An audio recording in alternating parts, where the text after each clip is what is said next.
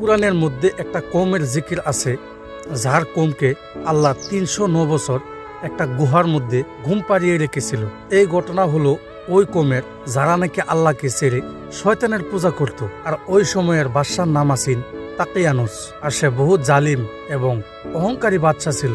আর সে সবাইকে বলতে লাগলো যে আল্লাহর উপরে ঈমান আনবে আমি সবাইকে মেরে ফেলবো। এই অবস্থায় কিছুজন ছেলে, যাদেরকে কুরআনে আসহাবে কাহাব বলা হয়েছে, আর সবকিছু ছেড়ে আল্লাহর উপরে ঈমান আনছে।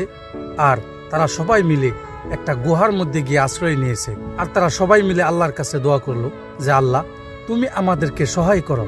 আর ওই গুহার মধ্যে আল্লাহ তাআলার রহমতে তারা ৩০৯ বছর ঘুমিয়েছিল। আর তারা যখনই ঘুম থেকে উঠলো, তারা দেখে অবাক হয়ে গেল যে জামানাই বদলে গেছে আর সমস্ত মানুষ ঈমানওয়ালা হয়ে গেল। আর তারা যখন জানতে পারলো যে তারা ৩০৯ বছর ঘুমিয়েছিল, তখন তারা সবাই মিলে আল্লাহ তাআলার শুকরিয়া আদায় করলো।